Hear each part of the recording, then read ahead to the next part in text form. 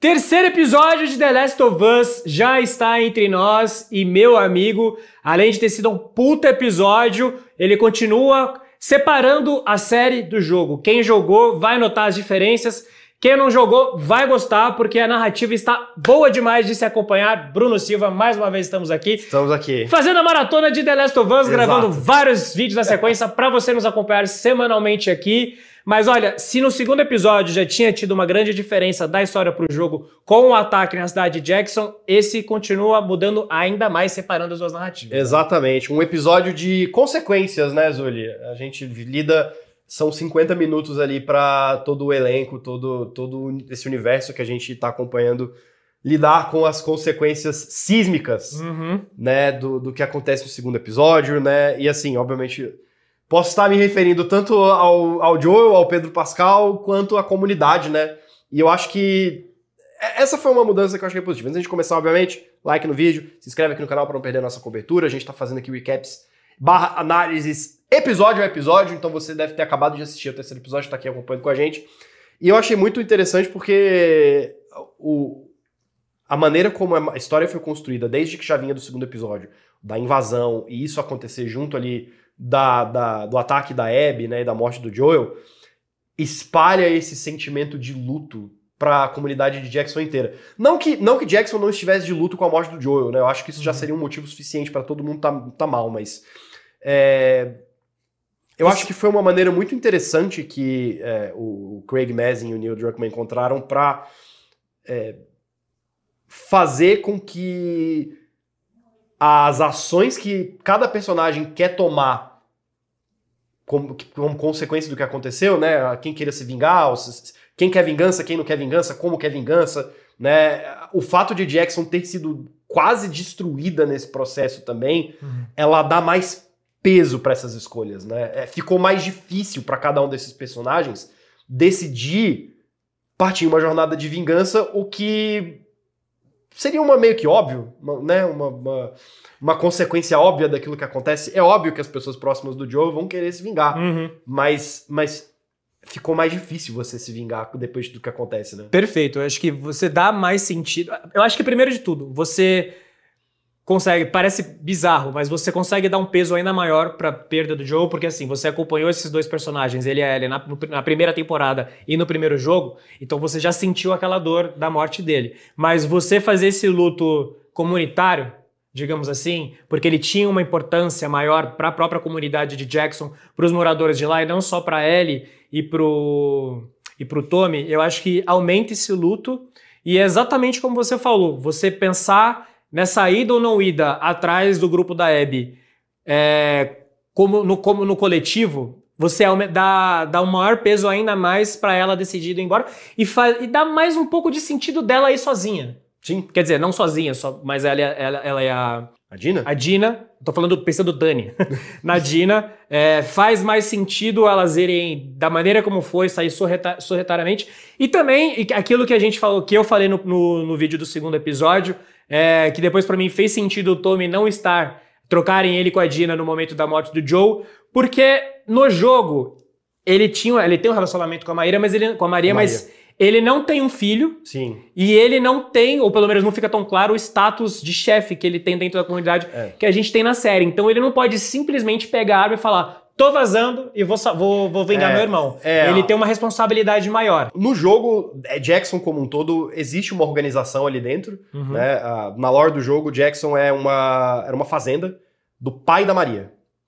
E quando rola ali o surto, né? E, enfim, basicamente os infectados tomam conta do mundo, eles se refugiam nessa fazenda. Como era um lugar mais isolado, eles conseguem ficar relativamente a salvo.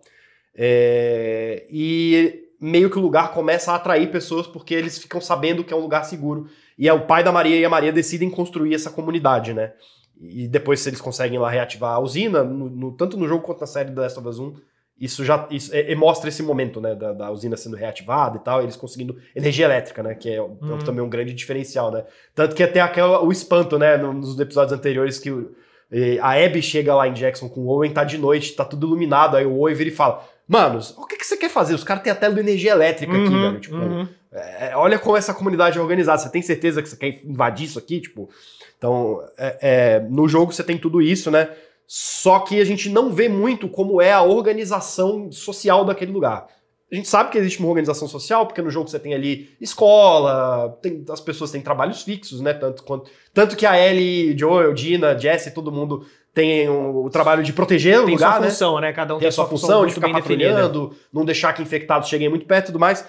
Mas a gente não vê ali o conselho, que é um momento importante da série, né? Você não vê ali a votação, as pessoas decidindo o que tem que ser feito e tal. No primeiro episódio você já tem o vislumbre, né? De quando a Ellie vai reportar o que aconteceu, que ela teve um encontro. Pode crer, né? Você teve, verdade, então você já tinha aparecido. Mas um conselho com toda a cidade, ou quase toda a comunidade lá de Jackson junto, e eu gosto dessa cena. Eu entendo que vai ter gente que não vai gostar dessas diferenças, porque chato tem em todo lugar. Mas vamos falar do que acontece antes de chegar lá, porque eu acho que é importante. Vamos. Jackson destruída. O Tommy tem ali primeiro momento de luto, né? Porque ele não tava na hora lá, né? Ele defendeu a cidade da invasão. Ele próprio tá de luto por conta do que acontece, porque morrem várias pessoas ali, amigos, né? Pessoas que eles deviam conhecer. E aí a cena da cidade ainda pegando fogo, cara. Isso eu achei ainda mais impactante. E ressalta essa ideia desse luto amplificado que a gente vê na série, né? Sim. Porque, cara, assim, literalmente ele vai se despedir do irmão com a cidade em chamas ainda, tipo, as coisas pegando fogo ao redor, tá ligado? Então, eu achei extremamente impactante essa cena e achei que o Gabriel Luna tá muito bem. Ele é um ator que vai ter muito mais oportunidade nessa segunda temporada de aparecer, né? Até porque o personagem tem muito mais tempo de tela, ele é muito mais importante na segunda temporada do que ele foi na primeira. E eu achei que ele tava muito bem nessa parte. E logo depois a gente tem o momento da Ellie no hospital, que também é um negócio que a gente não vê no jogo, né? Uma das grandes qualidades pra mim dessa série é a maneira como ela cria contextos ao redor dos eventos que acontecem no jogo. E a Ellie também apanha pra caramba quando ela vai lá tentar salvar o Joel. Mas a gente não vê a recuperação. No jogo ele já corta, tá tipo, algumas semanas depois, e ela tá no luto ali na frente da lápide do Joel. E aqui a gente vê um pouco desse processo de recuperação. E novamente, Bella Ramsey, credenciais para o Emmy aparecendo ali a todo momento, né? Pra mim, é esse episódio que deixa ela credenciais assim. Vai ser um grande absurdo se ela não estiver indicada, porque como a facilidade que ela passa do luto pra raiva, pro ódio, depois de volta pro luto, tipo, ela é uma puta atriz. É incrível o que ela faz. Esse episódio, assim, o sofrimento dela vendo o Joe ser morto já era palpável, mas agora o luto dela, a gente tá de luto junto com ela. E se manifestando até em trauma, né, mesmo? Tipo, em trauma, PTSD mesmo, estresse pós-traumático mesmo. Ali ela acorda, tipo, e vê a cena acontecendo de na novo, frente dela. E berra como se estivesse acontecendo de novo, né? Então, e tudo, ela voltando pra casa, que é uma cena que é muito parecida com o jogo, a gente tá falando das diferenças, mas essa é muito parecida, que quando ela volta pra casa, o Joe não tá lá, então ela vai olhando pelos cômodos, ela vê o violão, ela vai no quarto dele, ela vê o que ele tava fazendo, né, que ele fazia escultura, tava esculpindo coisa de madeira, né? E que é onde ela decide que ela vai querer se vingar, da Abby, que ela vai ir atrás de quem matou o Joe. É tudo muito palpável, cara. É tudo muito bem escrito, tudo muito bem delicado. E palmas para Bella Ramsey, palmas para Craig Mazin, que fizeram essa adaptação ficar, talvez acho que ainda melhor do que o jogo, sabe? Mas esses momentos eu acho que é onde a série ela consegue superar, assim.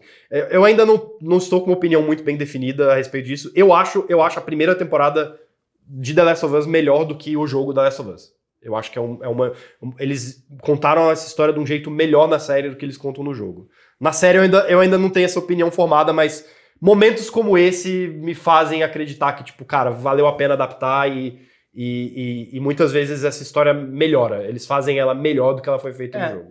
O Craig Mazin já tinha dito, ainda na primeira temporada, que, tipo, tem vezes que ele prefere priorizar o drama à ação. E eu até conversei com isso, a gente tem uma entrevista que tá lá no Bom Site Omelete, inclusive também tem aqui no YouTube, que a gente conversou com ele e eu perguntei Como pensar, como escalar. Agora, porque a segunda parte, pra quem não jogou, ela tem muito mais ação.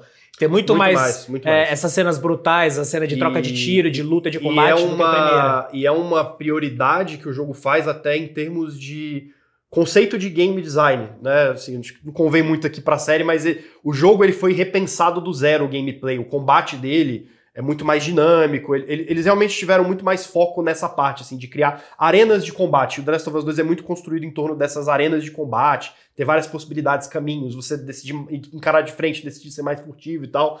Então, isso resulta que o jogo tenha muito mais ação do que o primeiro, de fato, né? Uhum. E aí o desafio dessa temporada é justamente esse.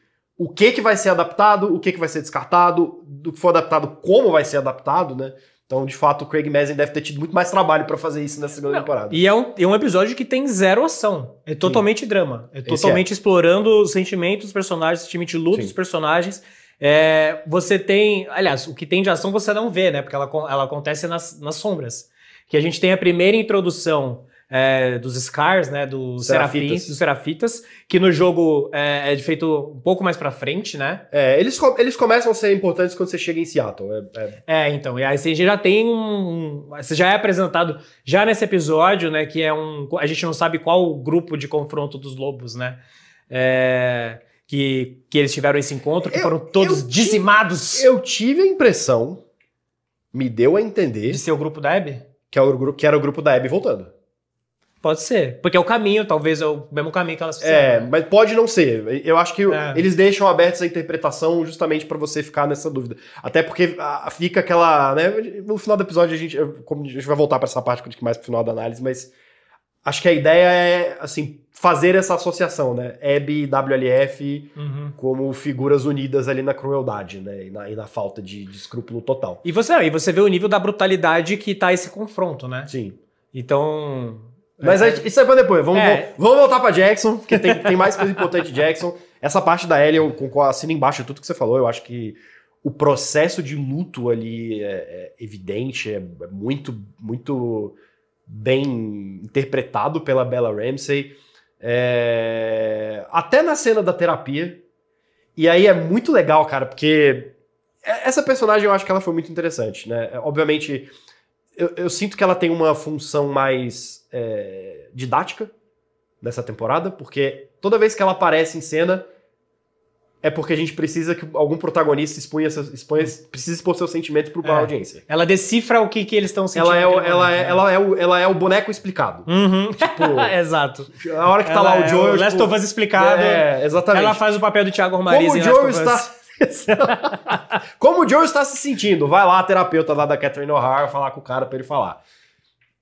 E ela vai pra tentar entender, tipo, como que a Ellie tá passando por esse luto. E a Ellie faz exatamente a mesma coisa que o Joel fez, de esconder todos os sentimentos e não querer falar pra terapeuta. Cara, eu achei muito boa essa cena, assim, esse paralelo que é traçado. Porque, de fato, dá um... Isso é o que não é dito, né? E ela fala com a maior confiança do mundo, né? Por mais que a terapeuta entenda o que está acontecendo ali, tipo, ela entra no jogo. Ela se vê porque ela sabe que ela não vai conseguir ultrapassar essa parede. E ela fala na lata pro Tommy depois, existem pessoas que mentem e pessoas mentirosas. Ela é mentirosa. Ela sabe exatamente o que ela está falando, ela sabe exatamente, conscientemente o que ela está fazendo. Sim. Né? Exatamente. Então, eu acho que foi muito interessante, e aí a gente vai pra essa coisa do conflito, e aí, esse é um pedaço que é inédito da série, o jogo não tem absolutamente nada disso, até porque Jackson não é destruída, né? Jackson está intacta, não acontece nada, mas aqui a gente tem essa parte do conselho que a situação dos vagalumes, da Abby, do Joel, é levada para o debate da comunidade inteira, né? E a Ellie tem todo esse momento de preparação, né? O Jesse vindo falar, olha, tipo, para você convencer, eu acho que eu tenho que fazer isso, prepara um discurso, anota, né? Porque eles vão ali votar se decidem mandar ou não um grupo de 16 pessoas. 16 né? pessoas, 16 pessoas pra Seattle pra tentar encontrar a Abby e se vingar da morte do Joel. E eu achei essa cena muito boa, cara. Não, eu gostei também. Eu achei que ela ficou muito, muito bem feita, assim, porque, novamente, você tem esses dois lutos entrando em conflito. Até esse momento do episódio, esses dois lutos eles estavam coexistindo. Aqui eles entram em choque. Sim. E é muito legal ver como cada um dos personagens eles atuam, né? a sensação de impotência do Tommy, que não pode falar absolutamente nada enquanto a comunidade decide se o irmão dele vai ser vingado ou não, e ele tem que ficar lá, tipo, completamente impassível. E é legal que você percebe na impaciência do Tommy. O Tommy tá, tipo... Quando começa a vir os votos de não, ele olha pro lado, né? Assim. Exatamente, tipo, cara... Eu achei que vocês estavam do meu lado e tal. Eu achei muito legal também os dois... A moça lá que é coadjuvante, a gente não sabe nem o nome dela. Rachel. Da Rachel. Sobe na cadeira. Sobe Rachel, na cadeira e fala, tipo, gente, todo mundo tá mal. A gente gostava do Joel, mas a gente tem que construir aqui e tal. E eu acho que o que é mais legal, desculpa cortar você, é que ninguém tá errado. Ninguém tá certo. Ninguém tá errado, e ninguém tá errado, sabe? Mesmo os que falam com mais sentimento do que razão, emoção do que razão, tem seu ponto. Sim. Mas quando você olha para um todo, você fala, pô, a cidade, ela não é que ela tá... ela está se recuperando. Né? O muro está sendo reconstruído. Então eles estão pensando na prioridade, no bem de todos primeiro. Sim. Né? Então não pode, vou tirar 16 dos meus melhores soldados para ir vingar uma pessoa que é muito importante, que todo mundo gosta, mas peraí. No fim das contas é uma pessoa. No fim das contas é uma pessoa. Eu achei muito legal, cara. Agora que você trouxe isso assim, essa cena, ela é um microcosmo do que é a história de Last of Us 2. E tá um pouco do 1 também, né? Uhum. Não tem certo e não tem errado. É tudo moralmente ambíguo, assim. E até mesmo quando a história quer tentar te convencer de que existe um lado certo e um lado errado, ela vira isso propositalmente, e aí você começa a perceber que talvez não fosse bem assim. Esse é o série de Last of Us, né? Principalmente o 2. Especialmente o 2. Então, tipo, o que a gente vai sentir daqui a pouco, a gente tem um pedacinho aqui já agora, sim, né? Sim. Dentro dessa comunidade. Então eu acho que funciona muito. Igual eu falei no começo, justifica a escolha do Tommy não estar lá naquele momento e ele não ter ido de primeira, né, agora, então ter sido a Dina junto com ela. Faz muito mais sentido agora a Dina estar lá, porque ela que ia chegar pra ela e falou, esperei você melhorar, mas tá aqui. Essa é a Abby, esse é o Owen, esse é fulano, esse é ciclano. E agora, o que você quer fazer? Ela que traz as informações. Né? Tipo, e ela espera, tipo, e ela tem tanto carinho pela Ellie, e conhece tão bem a Ellie, que, tipo, você precisa melhorar. Então ela falou, tá aqui o cookie, porque você vai ficar puta comigo daqui 2 minutos. Tá aqui o motivo. Entendeu? Então, porra, tá tudo... Eu tô gostando... A gente tá conversando, eu tô gostando mais ainda do episódio. Esse episódio é muito bom. Eu achei ele bem bom também. E a cena do debate todo se conclui com... Eu achei que a Ellie fez um discurso muito bom também. Eu não esperava esse lado da personagem, mas eu acho que funciona, né? Ela, obviamente, tá querendo convencer todo mundo a ir ajudar e fazer. Mas, de certa forma, eu também senti um pouco que ela faz esse discurso já esperando que não vão topar. Não sei se você saiu com essa impressão também, de que ela fez para tentar convencer, mas no fundo ela já sabia que não ia rolar, que ela estava sozinha nessa. Eu não tive essa impressão, mas eu acho que eu tive um pouco mais de dificuldade no momento que eu estava assistindo, de me conectar emocionalmente com toda essa questão, porque eu já achava que eles iam negar, porque ela precisa ter que fugir. Sim.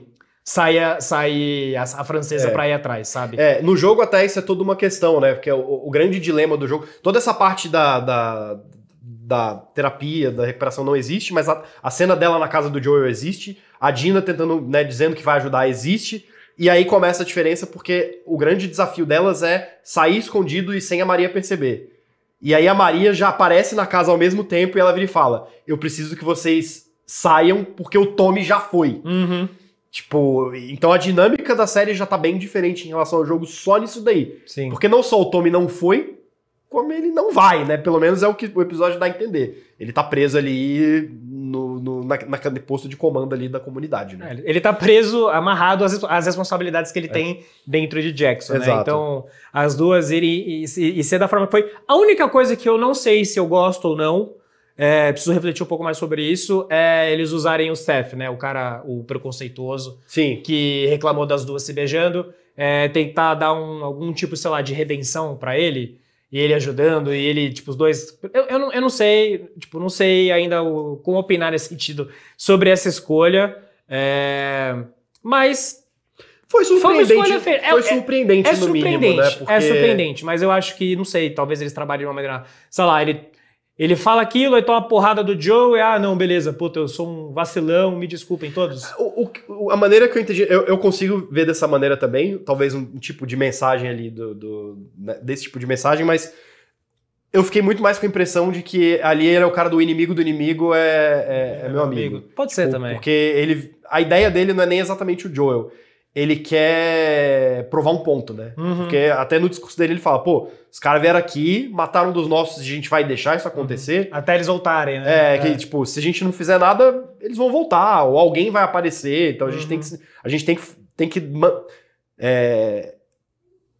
entregar essa mensagem, né? A gente tem que fazer essa constatação de que, ó, vocês não podem vir aqui e mexer com a gente, não. Por mais que o Joel não seja um cara que ele gostasse tanto, né? Exato. Não, acho que nesse ponto... Mas assim, eu gostando ou não, acho que isso não interfere em nada. Tipo, não muda se eu gosto menos ou mais do episódio, sabe? Acho que essa é só uma questão que, pra mim, não sei se fez tanto sentido. Mas funciona, não deixa... O episódio não deixa de funcionar sobre isso. Até porque também eles se veem unidos nessa mesma opinião e acaba ajudando, porque ele é o cara que deixa a Ellie e a Dina saírem. Fugir, né? e dá o sniper, dá o rifle pra ela, né? Então, no fim das contas, é isso. Eles votam pelo não, a Ellie e a Dina saem sozinhas e vão até Seattle. A gente tem toda essa cena elas indo pra lá. Elas vêm dos corpos dos Serafinas. Que é a parte final do episódio. Elas chegando em Seattle, a gente tem essa cena dos Serafitas andando.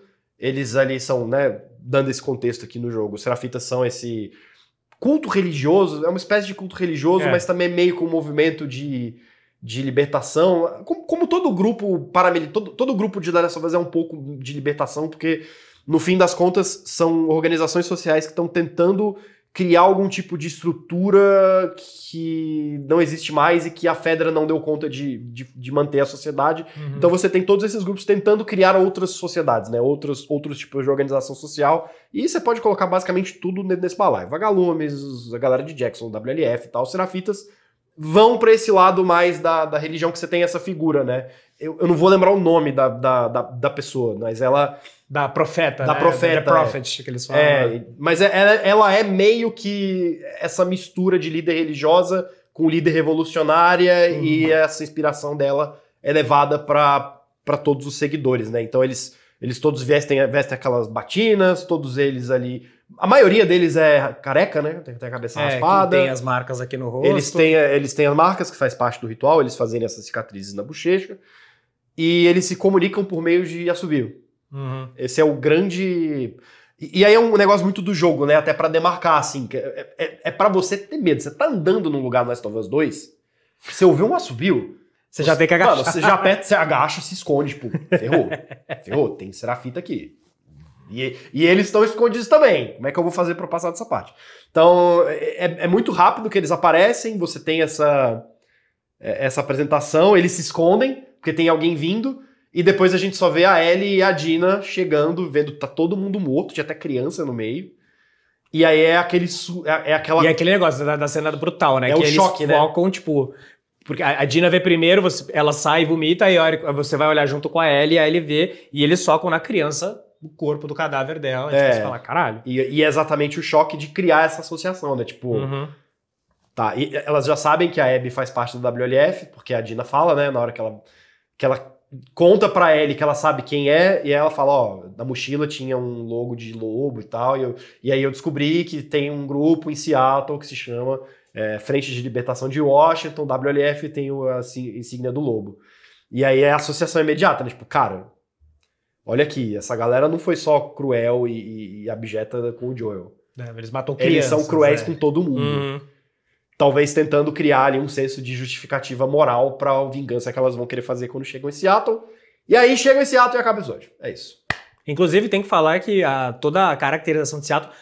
Quarto episódio, vocês vão ver, a gente vai falar um pouco mais sobre isso, mas só esse vislumbre que a gente tem. Nesse finalzinho, eles falam, pô, é o fanservice pra quem jogou o jogo, né? Tipo, pô, essa caracterização que eles estão fazendo é realmente incrível e tem que ser elogiado aqui. Tem que ser dito. É isso. Mas é um episódio muito bom, eu acho que foi no melhor estilo HBO, né? Assim, de você ter um episódio muito impactante, com muita ação, muita cena chocante. a gente ter ali um episódio que o drama toma conta, e acho que é a coisa que caracteriza boa parte das séries dele da HBO. Aqui foi muito bem entregue, foi muito bem feito mesmo. Eu achei que é daqueles momentos que a adaptação ela vale a pena e ela mostra como essa história tem maneira de ser contada que é diferente, que é interessante e que traz uma perspectiva talvez até melhor do que o jogo pode trazer. E faz valer a espera, né? Porque, pô, a gente são 3 anos de diferença da primeira pra segunda temporada. 3? Não são 2? Primeira temporada é 2023. São 2022, 2, verdade, 2. Bom, mas mesmo assim, mas é bastante tempo, né? É bastante tempo. É bastante tempo. Então, tipo, você esperou 2 anos pra ter esse momento. É o tipo de episódio que você fala, porra, não, deixa eles tomarem o tempo que eles precisarem pra fazer isso aí, porque tá valendo a pena. É isso, ó. A gente já quer saber aqui a sua opinião. Você já deve ter acabado de assistir ou assistiu ontem e tá vendo agora o vídeo na segunda ou tá assistindo depois. Deixa aqui sua opinião sobre o 3º episódio de The Last of Us segunda temporada. A gente vai manter aqui os nossos recaps / análises semanais dessa temporada. Então, ó, já assina o canal também pra você não perder nada e tá acompanhando com a gente aqui. Valeu!